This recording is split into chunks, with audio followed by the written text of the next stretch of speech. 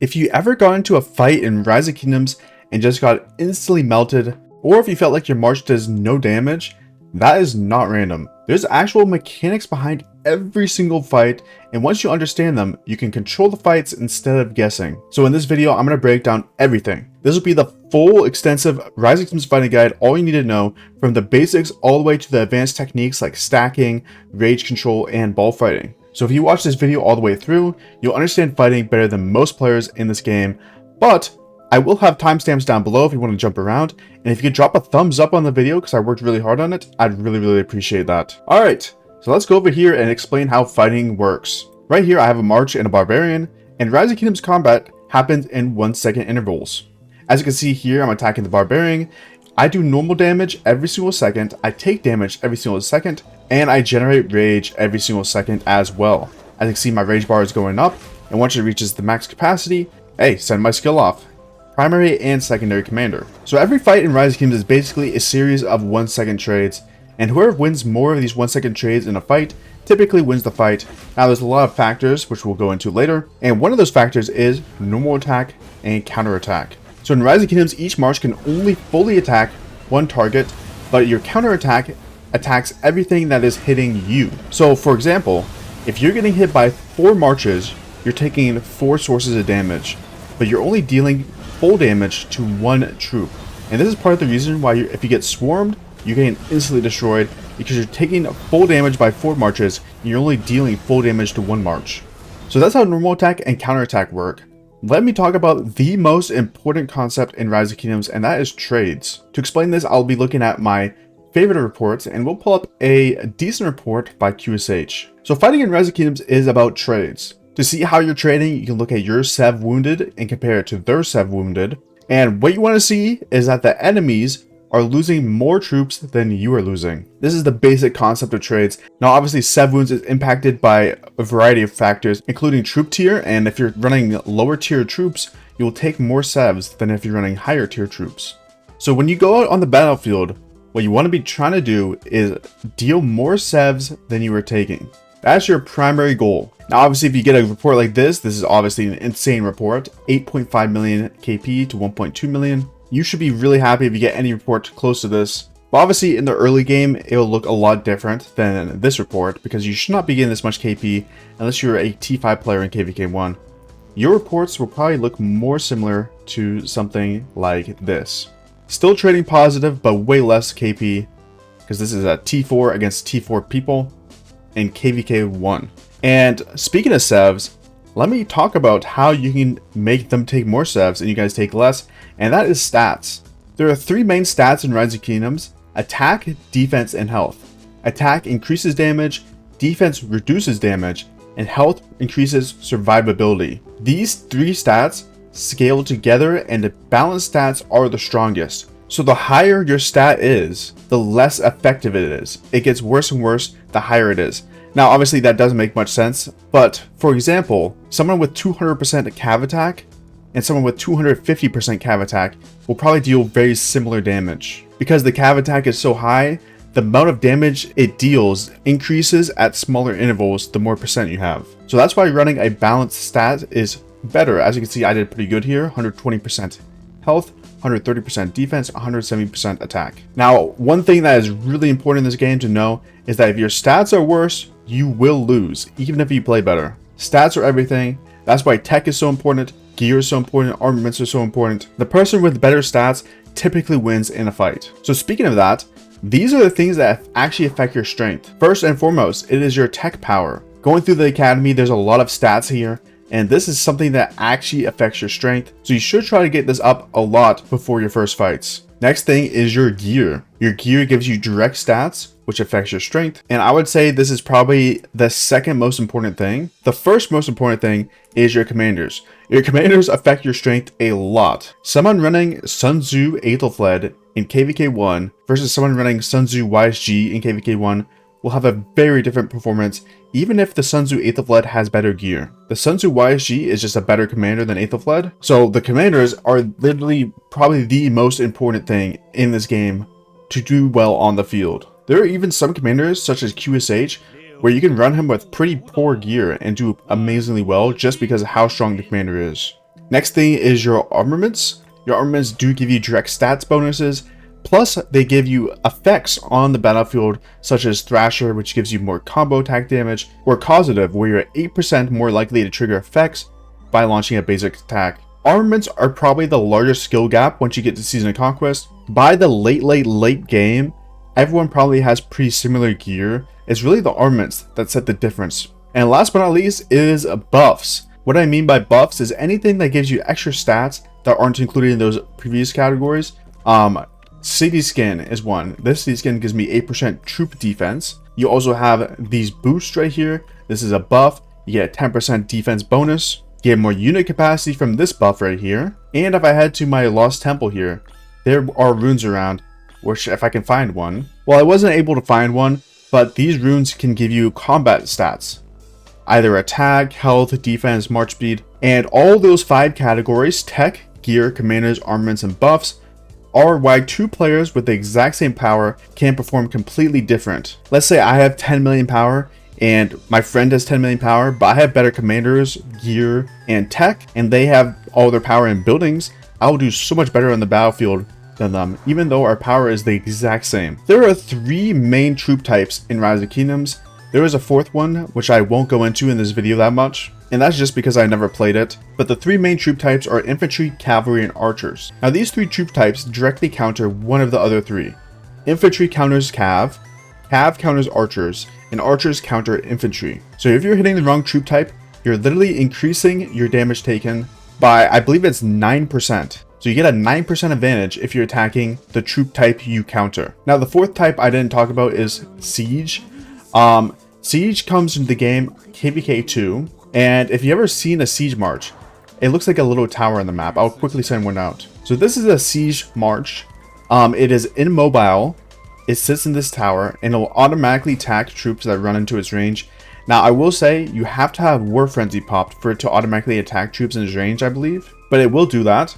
And honestly, it's pretty OP because Rise of Kingdoms is a game with no ranged troops besides siege. So if I wanted to attack a siege march, I have to obviously walk into its range and hit it. Now what will happen typically is someone will be in front of the siege march, so I will never be able to get to the siege march. I'll be stuck fighting someone here. This is more into ball fighting, which we'll get into later, but they'll set up the siege behind the ball, and I'll never be able to get to the siege, and they'll just keep shooting at me for free. Alright, there's a couple of things you need to do before you even start fighting in Rise of Kingdoms. This is what I call war preparation. And most fights are actually decided here. First things first, we'll enter the bag. In the bag, you do collect these boosts and expansions over time. Some of them cost gems. Obviously, I spent a ton of gems on these army expansions, but these will give you direct stats for a good amount of time. The attack boost obviously gives you 10% for 24 hours, but you can do a 5% boost if you do not have a purple one. These should be used 100% of the time if you're fighting someone. 100% of the time. These are just free stats. If you're not using them, you're just weaker because your opponent is using them for sure. Another thing that is in the bag is the basic army expansion, and it increases your unit capacity from 25% up to 50%. Now, does 25% more troops actually equal 25% more power? I don't think so, but it still gives you a large capacity, and more troops does equal more power. That is 100% for sure. So ideally in a fight, you have a purple expansion popped, and this will give you an extra 50% capacity. So let's say your max capacity is 200,000 troops. With a purple expansion, it'll go all the way up to 300,000. That's a lot more troops, and it'll give you more survivability on the field. You'll be able to do more damage, get better reports. So you should be fighting with expansions every single time you fight. If you're not fighting with a purple, you should pop a blue expansion. It'll go from 200,000 troops to 250,000 with the blue expansion. Obviously, I just talked about it, but runes are really important. There's a lot of combat runes in the game. You should grab a rune every single time you fight. Most runes last like 6 hours, so you have to refresh your rune every 6 hours. Now, obviously, these do disappear after a certain amount of time, so keep that in mind and try to claim the runes before they disappear. Later in the game, there are players that can spawn in runes at their city, so also pay attention to that, and maybe you could pick up a rune from someone's city. Before you get into the fight, you also need to make sure your marches are correct. There's a setting in the game which will save your gear and armaments to your loadout. I prefer fighting with this on, some people don't, but this is an easy way to make sure your gear is on your commander and your armaments are all set. You don't want to be running on the field with no gear and no armaments. You will actually get destroyed. So make sure your marches are set up correctly before you even bring them out of the city. What I typically do is before a pass opening or a fight, I check all my marches and make sure the presets are set. And then I don't have to worry about it. Make sure my armaments are right and everything. And then I won't make the mistake of not having gear on my troops. The next thing I want to talk about is resources and speed ups. If you cannot heal your hospital, you cannot fight. You need to make sure you have enough resources to fight, enough speed ups to fight. Yes, you will be using universal speed ups to heal, so make sure you stockpile a good amount of universal speed ups to actually heal. It's just not healing speed ups for healing, it is universals as well. This is probably something that I see the most happen in the early game, but a lot of people run out of resources in the early game and they can't keep fighting. This happens in KVK 1 and 2, and the reason I say this is because it happened on my account. I ran out of resources and I couldn't keep fighting, so you gotta make sure you have enough resources to keep fighting in Rise of Kingdoms. So basically, the takeout of this is if you go into a fight unprepared, you're already losing. So make sure you get the prerequisite stuff done. And a lot of the prerequisite actually comes down to some settings as well. So I'm actually gonna run through my combat settings here, and I'll let you guys copy them if you want. You don't have to. Obviously, settings are preference, but we're gonna hop over to the combat tab. I highly recommend turning filter mode and quick command on, and attack march. Make sure you have attack march on. Set the attack march range all the way down to bottom, and don't have auto retreat on. For display, this is kind of up for preference. I have all troops on, allied troops, my troops, enemy troops, and I have the march thickness set to thin. I have tried fighting without it. You can see some demonstrations. It updates in real time. So these two are kind of the ones you can turn off. I would have your troops on and enemy troops on 100% of the time, because you want to see where people are marching, but I play with everything on and just the thin marches. You want strategic view troop types. This shows you which troop type it is yours. If you have this off, it's hard to see which troop type it is or which commander it is. You want strategic view unit types on. Without this, you can't see which unit type it is. As you can see, they're all calves. Without it, it looks like diamonds, I guess. But yeah, make sure you have that on. Highlight selected target. Turn this off. This is probably the worst setting that's on by default. Turn this off. It is terrible. I don't like this setting at all. And then I have all of these on. I highly recommend turning reduce multi-battle broadcast on if you don't have it on by default. This one will help you out a lot with all the pop-ups on screen sometimes. These are my other basic settings. I have sync quick command and hold and drag on. I have strategic view quick zoom on. And one that I have on that most people might not is have hide jump to city bubble. Sometimes when I'm fighting, I accidentally click this bubble and I go to my city when I'm fighting, and hey, I'll take bad trades, so I have it off. But yeah, that's my combat settings. Let me show you guys my filter mode settings. For filter mode, this is what I got. I got allied troops and portraits turned off. By the way, if they're checked, that means they're turned off. Unchecked means they're turned on, but names are turned on. All aligned troops are turned off. Enemy names and troops are turned on, and portraits are turned off. So whenever I click this button, all these things will come into effect. And a lot of people ask how on the field the marches get turned into dots. This filter mode is how. So with filter mode on, they get turned into dots. With it off, they're the strategic unit type. So this lets you see where your march is in a ball fight way easier. For quick command, a lot of people are confused on how quick command works. I've recently figured it out. So how quick command works is when you're fighting in Rise of Kingdoms, you have to have your troops selected. And what quick command does is it makes it so your troop is impossible to deselect. And now you might be wondering how this is useful, but when you're on the battlefield and you're right clicking around, obviously you're fighting with right click and you're moving around fighting and stuff. If you accidentally left click, it deselects your troop. And you might say, why would I left click ever? Well, you have to left click to move around the map. So if you're moving around the map and looking around, you might accidentally deselect your troop, and then when you right click, you aren't targeting anything. But with quick command on, if I have my troop selected, I can left click and it would keep attacking with my troop. So that's what I use it for.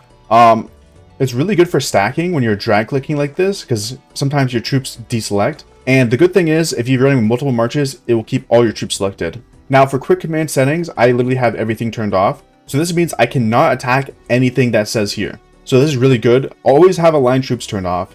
I recommend in fights you have buildings, resource points, and barbs turned off, because you don't want to fight and then accidentally hit a barb instead of the unit. So as you can see here, I'm trying to attack this barb right now. I literally cannot. I can't attack barbs. I can't go into resource points. So if you're fighting around these structures and stuff, it'll help so much. Instead of accidentally clicking them or anything, you can only attack units. And this works for aligned troops. So if you have people in a different alliance in the same fight, you cannot attack your aligned troops. So you have to have all these settings turned off. Now, one thing you might be able to want to turn on is buildings if you're playing on swarming stuff, but you can quickly just turn them on with a click of a button. Now, one thing to note, once you're done fighting, you have to turn quick command off, and you have to turn all these back on once the fight is completely over, because that's just how it works. So that is how quick command works. All right, let's talk about open field fundamentals. Rule number 1. Do not, under any circumstance, get swarms. Now, there are exceptions to that rule, but if you are an exception to that rule, you know you're an exception. So I don't need to tell you the exceptions. But rule number 1, do not get swarmed. If you're getting hit by multiple marches, you will probably lose 99% of the time if you're playing against people with equal marches to you. Rule number 2, play with numbers. This is not a 1v1 game. This is a numbers game. It's a team game. Play with your team. Don't go off randomly searching KP. Play where your team is. Follow your markers. Follow your war leads. And you'll have a much better experience. And your kingdom will have much better experience. And rule number 3.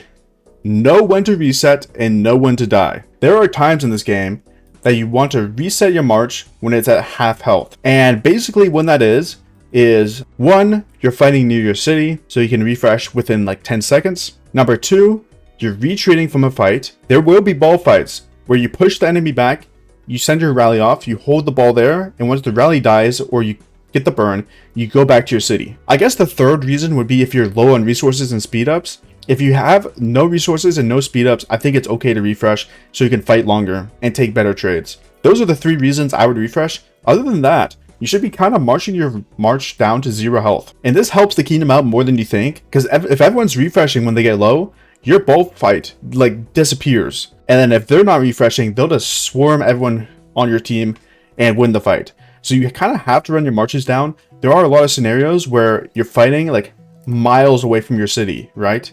And the refresh time to walk from here to your city would be like 4 or 5 minutes sometimes. So it's better to just take the sevs, get a quicker refresh, and you can get back on the field faster, and you'll be able to get more KP that way. But yeah, that's rule 3, know when to refresh. Let's talk about actual fighting. All right, so I got some fighting footage on screen, and this is actual footage from my last Kingsland on my account.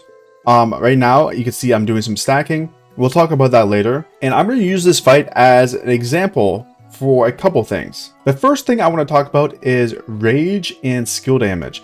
If you look at the right side of my screen here, you'll see some rage bars on my 3 fighting commanders. I have Sun Tzu Prime, I have Arthur Pendragon, and I have Qin Shi Huang. My Aethelflaed is in a garrison at the moment. That's why it also says it's in combat, but it's not in the ball fight. And just for fun, my Belisarius is gathering a rune. He's singing at a rune. So in Rise of Kingdoms, most of your damage comes from your skills. And hopefully I zoom in here, or maybe I play zoomed out because we're in the middle of cities. But as you can see, my rage bar is going up and I am sending off skills. Every time the rage bar hits back to 0, that means my skill went off on my primary and my secondary commander. Maybe I zoom in fight here in a second here. Let me find it. All right, this is a totally different fight, but I am zoomed in fighting here. This will be easy to tell. So I just sent my skill off on my Sun Tzu Prime. There's my Luce skill. All right, as you can see, it's kind of hard to see because the quality sucks, but you can see my rage bar going up while I'm fighting. It's going up quite quickly because I do have a Horn of the Fury on him. And then once it hits the max, I send out my skill on my primary, and then I send out my skill on my secondary, the Luce. And this will be where 90% of your damage comes from fights. I think the other 10% will be coming from this normal damage number you see here. I'm getting minus 744. This person is getting minus 806. So something important to know is how you build rage. Obviously, you build rage while in combat. There's certain accessories you can get to build more rage, but you also get rage while you're getting hit. Now, I did say earlier in this video that you should not be swarmed, but sometimes if you get hit by 2 marches, it actually is not that bad. You're gaining more rage, you can send off your skill faster than both of those marches, so you can do some damage. That is only the case if you're running a strong march though. I would not try to get swarmed ever. Now, one of the easiest techniques in this game is called rage loading. This is a more advanced technique and is where you get a full rage bar fighting one person, and then you swap target at the last second once you have your rage bar full, and you send your skill off fighting another person. I don't know if I'll do it in this video, but I'll quickly demonstrate it. back on my account here in a second. But I do this all the time while fighting. You build up a full rage bar on someone who's low health, and then you swap to someone who's high health and send your rage on the person with high health. You'll do so much more damage this way. And you should be constantly looking for this while in a fight to swap your target and do a ton of rage to someone who's high health and just one-shot the march. So for example, I'm going to build up my rage on this barb. It's going to build quite slowly, and then once it gets to full, as you see on the left here, I'm going to swap target. So I have a full rage bar here. I'm going to swap to these guys, instantly set the rage off, and do a ton of damage. You should be looking to do this in a fight. You can gain a lot of KP just from building your rage bar up and then swapping target. Alright, the next thing I want to talk about is actual ball fighting. We finally got to it. This is probably the most important section, so I would pay attention here. And this is where real wars are fought. I'm going to find an example real quick and I'll jump back to you guys. Alright, bang. We're about to start a ball fight here. Before I start a ball fight, let me explain to you why we ball fight in Rise of Kingdoms. You might be confused. Why is this the most optimal fighting path? The first reason, it's focused fire. So as I said before, you do more damage if you're swarming things. In ball fights, you're technically doing a ton of mini swarms. You're attacking the same targets that poke their heads out of the ball, and then you do a ton of damage to them and kill their units. And the only way to counter that is to have a ball of your own. So that is where ball fighting essentially came from. Kind of some preliminary rules for ball fighting. Rule number 1, stay in the ball. A lot of people can't follow this rule for some reason. Rule number 2, try to hit the same target. So if you notice a target sticking out or the target's closer to you, hit those targets. And then rule number 3 kind of comes down to positioning, and I'll kind of explain positioning once we start this ball fight up. Let's watch this real quick. As you can see, I'm at the front of the ball. Now that's not always the good thing, but the reason I'm charging in and not backing up is due to the fact that I know we are stronger than this ball. So I'm kind of just shoving my face into their face and doing as much damage as I can. Since this ball fight is kind of heating up now, let's talk about positioning. I would say there's 3 main spots in a ball that you should be. One of those spots is at the front, where I am at. There are 2 reasons you should be at the front of the ball. One is if you're winning the ball fight, you should be at the front pushing them back. If you're winning a ball fight, you'll get great trades at the front. If you're losing a ball fight, you get terrible trades at the front. I would say the second reason you should be at the front of the ball fight is if you're extremely strong. Now, the middle of the ball is for the people with weaker marches. There's a lot of glass cannon marches in the game. This Arthur march right here is actually a glass cannon march. It does a lot of damage, but it also takes a lot of damage. If you're running a ton of these marches, you should probably be at the middle of the ball. Also, if you're a lower spender, you should be at the middle or back of the ball. And the middle of the ball's kind of role is to kill people that jump inside the ball and try to hit the edges of the ball. Like these people in the north and these people at the south, you can hit the edges to not expose yourself to the middle of the ball. And then honestly, the back of the ball is if you're like a really low spender, you don't have a strong march, and you should only be hitting the marches that enter your ball. This will be easier to see in dot mode because you'll be able to see like a red dot in the ball. If I'm playing zoomed in like this and I'm just hitting everyone that's in front of me, maybe I attack the person in the ball, maybe I don't. But yeah, positioning decides whether you live or die in the ball fight. As you can see, I'm at the front, I'm taking some damage. My Sun Tzu Prime is almost at half health right now. Some important things to note. Do not walk into the enemy ball under any circumstance. You will literally get one shot. I don't care how strong you are. You will actually instantly die. Now, I will say probably KVK 1, you can walk into the enemy ball and still win. But past KVK 2, 3, you'll get literally one shot. It is not worth your resources and speed ups, and you're not even doing much. Another thing to think about in a ball fight is to avoid choke points. There's going to be a lot of situations in the game where you're fighting around bridges. It comes up more than you think. A bridge like this, because this is very strategic to defend. You might fort drop on this side of the bridge and you have to push through to get to the fort. Now, you should typically avoid choke points like this. This is really, really rough to fight in. Typically, they will stack a ton of siege on this side of the river and just attack people coming in. And obviously, they'll have their ball right here and probably their fort here that they're defending. And it's a pretty impenetrable defense. You have to actually grind at it for a long time to get past this bridge. And you're probably going to take terrible reports. Another thing that's really hard to fight through is actually a pass. There will be pass fights that you will experience at some point. Walking through a pass in a well-defended area might be some of the worst reports I've ever gotten in Rise of Kingdoms. So typically try to avoid choke points. Let's talk about march control. Alright, so in a ball fight, you are not just standing still 90% of the time. Some of the time you do get a position where you can just stand still and attack infinitely. I might get it in this ball fight actually, where I'm stacking. But the real good fighters are constantly moving their troops back and repositioning. As you can see, I'm walking backwards a lot.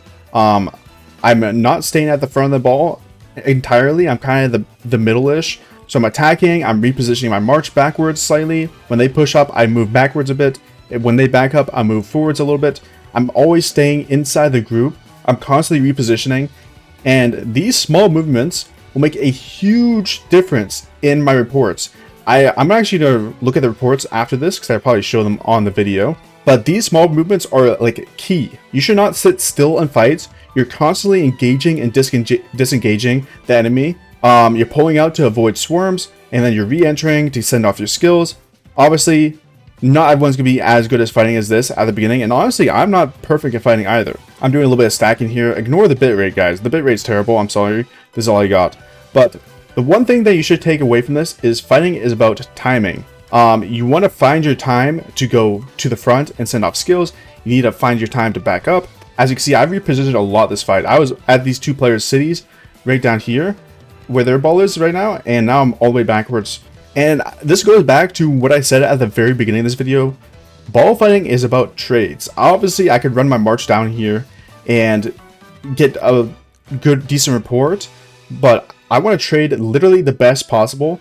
And the way I do that is using my teammates around me to have the best result possible. Now, obviously, it looks like we are fighting pretty close together. Look how tight our ball is here. Everyone's stacked on top of each other. This is a really good example of ball fighting and stacking. I'll probably use this again for the next section. Actually, we could talk about that right now. Stacking. What is stacking in Rise of Kingdoms? Stacking is a technique you use when you have more than one march. So if you have one march, you can skip this section, you go to the next section, or you can listen for when you get multiple marches in the future. In Rise of Kingdoms, typically when you use multiple marches, they will swing around in a half circle shape. I'm going to run it really quickly on my account, and then we'll go back to the video and show you. But let me bring out my 3 marches here, and I'll attack this barbarian here. So let's say, for example, this is the enemy. When I attack him, my marches will not stay in one spot. They'll swing out in a half circle shape, as you can see, like so. If you have more marches, it's going to swing out even more. But from the starting position, this is the ending position. You can imagine how this can go bad. Let's say the enemy ball is right here, and I'm attacking the march right here, and all my troops are attacking it, and my Sun Tzu swings into the enemy ball. We're all attacking the same unit, but the Sun Tzu's over here now in the enemy ball. He's going to get one shot. Stacking is basically a way that players have found to get rid of the swinging. And it's done by, once your troops start attacking something, you click right in the middle. So like this. And you're able to stack up your troops again. And since your troops were in combat, they still attack the units that were close to it. Now, a couple things to note while stacking. For stacking, you actually have to physically attack every single unit while in combat to save them as something that an enemy. So basically, I could sit here and all my troops will stay in combat for the rest of this thing because I went around and I attacked each unit individually. I could also move away and they'll keep attacking once they get close. And this is due to the fact that Rise of Kingdoms has this little circle around. I'm going to actually try to back up here before I die. But as you can see, each troop has a circle around, and that is their range. I could back up here. As long as I don't exit combat, my troops will keep attacking. Okay, I exited combat on these 2 marches. But you get the point. It's really OP, and your marches will not swing around anymore. Now, hopefully I explained how you actually stack in a fight decently well, but I will try to explain it in the video again. Alright, we're back. So in this video, let me explain what I'm basically doing. What I'm basically doing in this video is I'm clicking in my march. You can see my mouse a little bit there. I'm clicking my march, I'm dragging onto the enemy, and I'm clicking back where I was. So click, drag, click here again. And this allows my marches to attack an enemy and save them as something is an enemy in combat, while my marches aren't even running towards them that much. I like to call this drag clicking. I don't know the actual name for it, but this is a technique that's used by a lot of the top fighters. I learned it from Enzo, if you know who he is. He's one of the best fighters in the game. And he'll click his troop, he'll drag onto the enemy, and then he'll click back. And obviously we won the ball fight. Let's see these reports. Alright, as you can see, QSAs trade 4.5 million. Looking at the sevs, 31,000 sevs to 250,000. My Arthur traded 3.1 million, 43,000 sevs to 177,000. And lastly, my Sun Tzu traded 2.5 million, 64,000 sevs to 145,000. So these are pretty good reports. Alright, let's talk about rallies and garrisons. Rallies and garrisons are how you actually progress on the field. As you can see here, we are fighting over territory in KVK. I'll try to find a better screenshot here. Alright, this is perfect. So this is our garrison here. We are defending on this side. If you look here on the right, we have an Attila Subutai rally against an Attila David garrison. Now, basically how rallies and garrison worked, rallies are only as strong as their rally leader. The leader's gear, tech, commanders only matter. What you put into the rally, it does not matter. Now, what you have to do when you're rallying and garrisoning stuff is reinforce the rally and reinforce the garrison. Basically, you send your troops into the rally. I think it has a max capacity of 3 million or 4 million, depending on what you're attacking later in the game. And obviously, you want to keep the rally and garrison constantly filled up because the troops will be dying while fighting in both sides. And something that's super important to know is to make sure you put the correct troop type inside the rally. If it's a cav rally, only send cavalry. If it's an archer rally, only send archers. And the garrison is the same system, but on defense. You got the garrison captain. The garrison captain's gear tech is the only thing that matters. You want to fill the garrison with the correct troop type, constantly reinforce it. And one more thing about the garrison that the rally does not have to worry about. The garrison captain can die in the garrison, but the rally captain cannot die in the rally. And most fights are actually lost in Rise games because people stop reinforcing. Either they run out of troops, or they don't want to kill more troops off, so they don't keep reinforcing. If you are reinforcing in Rise games, you are doing it the right way. Deads are more important than sevs. And that's something I forgot to mention actually. In rallies and garrisons, you'll take dead troops, and in the field, you'll take sevs. Dead troops are permanently gone. Sevs go into your hospital where you can get healed. Now, I will say it is important not to overfill your hospital. Heading back to my account, obviously you guys know what hospitals are. Each player has 4 hospitals, and they can hold up a certain capacity depending on the level. In my home kingdom, I can hold 390,000 troops. And it's important to note that you should not let this number overfill, because your troops die permanently after that. Now, some things you might not know about the hospital. The hospital, you can heal with helps, but you only get 1,000 helps per day, which actually usually runs out while you're fighting. You want to make sure you check your hospital before sending your troops out. You should not come out with a full hospital. And of course, I mentioned this earlier, but it does cost resources and speed ups to heal your hospital in the fights. It is important that you do so though. Now, the last thing I want to talk about is your city. This is huge, and a lot of people don't do it for some reason, but you cannot be attacked if your city is on territory in KVK. In the Lost Kingdom, you cannot be attacked. Your city cannot be attacked. You're completely safe. You can't be rallied. You can't be swarmed. It happens all the time though. People get zeroed for no reason. Stay on territory, please. Please, please, please, please, please. That might be the biggest tip you can get from this video. Do not get your city attacked. Anyways, other than that, here are some common mistakes you might be making or people might be making. Do not fight alone under any circumstance. Fighting alone is just stupid and it's KP chasing. Always fight with a group. Do not get swarmed. Don't let your march get swarmed. If you're getting swarmed, back it up in the ball fight, and your teammates will kill them if they walk into the ball, so you should be safe. Watch your positioning. As I talked about, there's a front, middle, and back of the ball. Know your role. If you can't hang in the front, stay in the middle. If you can't hang in the middle, stay in the back. And if you can't hang in the back of the ball, I think maybe just work on filling the garrisons and rallies. One thing in ball fights that a lot of people do are overstay. If your team is retreating, make sure you retreat with your team. It's going to happen a lot in the ball fights, which are back and forth. Make sure you retreat when you're with your team. Don't overstay in a ball fight. And I think that's it for common mistakes. A lot of people go into ball fights and watch these videos and expect to be good at fighting immediately. You don't get better by watching ball fights. You get better by playing in them. Look at your reports. See what you could do better in a ball fight. Obviously, you're going to be making hundreds of mistakes in a ball fight. Everyone is. And you can't do everything perfect, so just try to do as much as you can, as good as you can. And once you understand these mechanics, fights stop feeling as random. So anyways, I hope I helped you out. Please drop a thumbs up on this video. It took a long time to record and edit. If I gave you value, subscribe to the channel for more videos like this, and I'll see you guys next time. Peace!